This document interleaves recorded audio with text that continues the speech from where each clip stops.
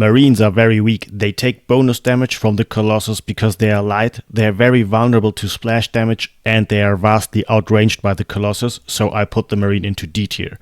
The Marauder is much better because the Marauder is armored, doesn't take bonus damage. At the same time, the Marauder's attack deals bonus damage against armored units like the Colossus. On the other hand, the Marauder is slightly outranged. It has a range of 6 and the Colossus has a range of 7, upgradable to 9. And the Marauder's concussive shells don't work against the Colossus because the Colossus is a massive unit.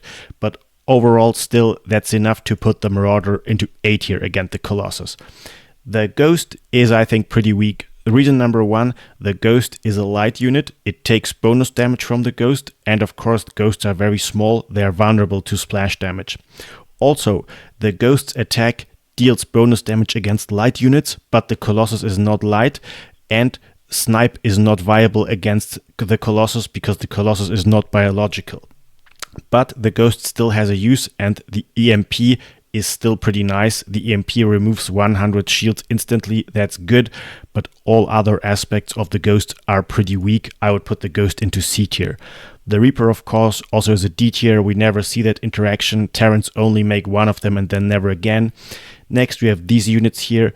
They are also a D tier because number 1, they are light, so they take bonus damage.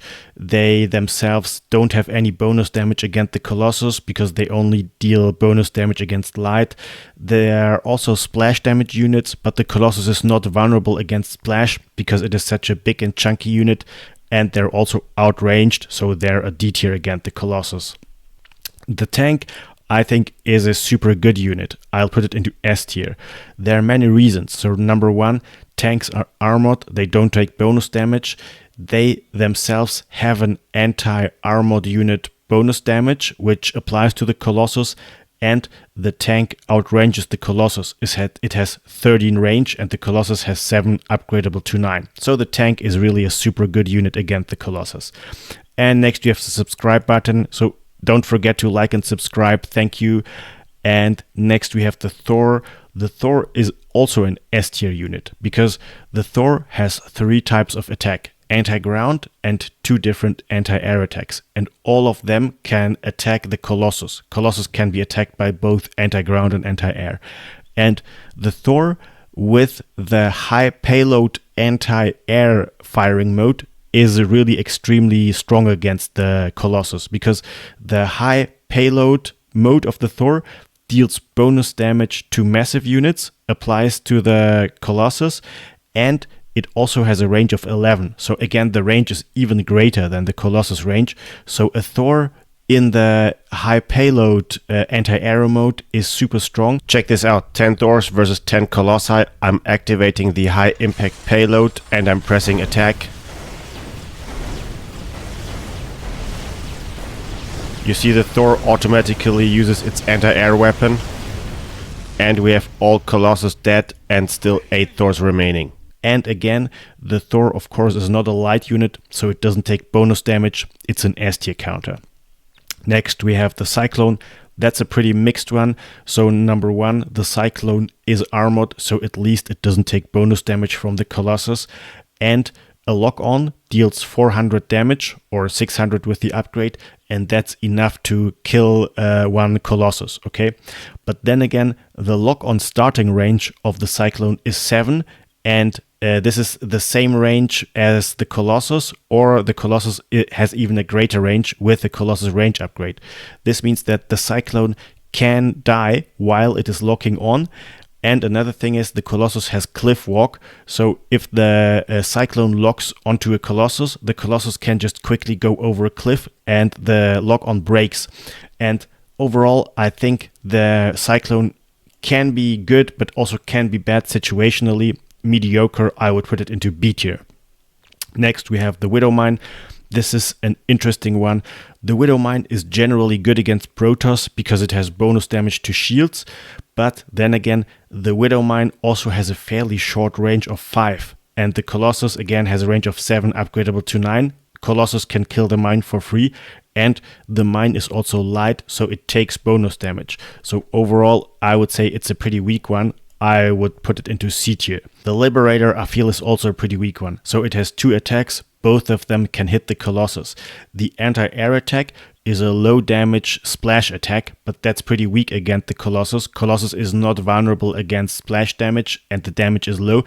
The anti-ground attack is pretty high damage, but the Liberator circle is pretty small. And for the Colossus, it's very easy to just dodge the circle because the Colossus has cliff walk. It can always just walk over high ground and escape the circle. So I would say the Liberator is pretty weak. It is a C tier. Next we have the Viking. This is a really strong counter. I'll put it into S tier. So the Viking has 2 modes. Both of them can attack the Colossus, but the flying anti-air mode is the better one. Because in anti-air mode, the Viking has a very good range of 9. It has bonus damage against armored units. This applies to the Colossus. And of course, the Colossus doesn't have an anti-air attack. So Viking in flying mode is really an S tier counter. And next we have this here, the Raven. I think it's a pretty good unit because of the Matrix spell. So the Matrix spell can be cast on one single unit, and the unit will not be able to attack or use abilities for 8 seconds or something. And of course, this spell, the Matrix spell, should be used on very expensive high value units, and the Colossus is such a unit. The other spells are not good. I mean, anti-armor missile can be used, but it's very generic, not Colossus specific. And the auto turrets are also pretty weak because they have a range of 6, so they're outranged by the Colossus. But because of the Matrix spell, I would put it into A tier. It is a solid support unit, Matrix very strong. Next we have the Battlecruiser. This is of course also at least an okay counter against the Colossus because Colossus don't have anti-air. The Battlecruiser has 2 attacks. Anti-air attack deals 5 damage, anti-ground attack deals 8 damage. So the Battlecruiser can use its stronger anti-ground attack against the Colossus, which is nice. Yamato Cannon also is pretty nice against the Colossus, but I would still put the Battlecruiser into B tier. And the reason is simply the Battlecruiser doesn't do anything that the Viking already does. And the Battlecruiser, it requires a fusion core and it needs a tech lab, whereas the Viking can quickly be mass produced from a reactor. So it is good, but there's just no reason to make Battlecruiser over just Vikings. And the same, of course, applies to the Banshee. Yes, it is a flying unit with an anti-ground attack, so it will kill the Colossus, but again, it requires a tech lab and it requires more supply, more expensive. There's no reason to make it over the Viking. And next we have these defensive buildings here.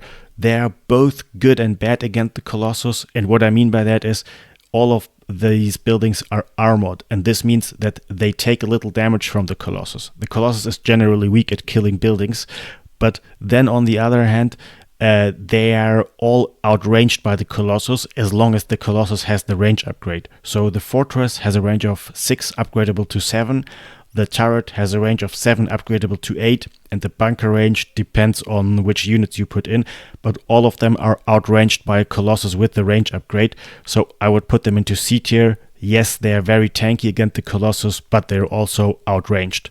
Alright dudes, thanks for watching.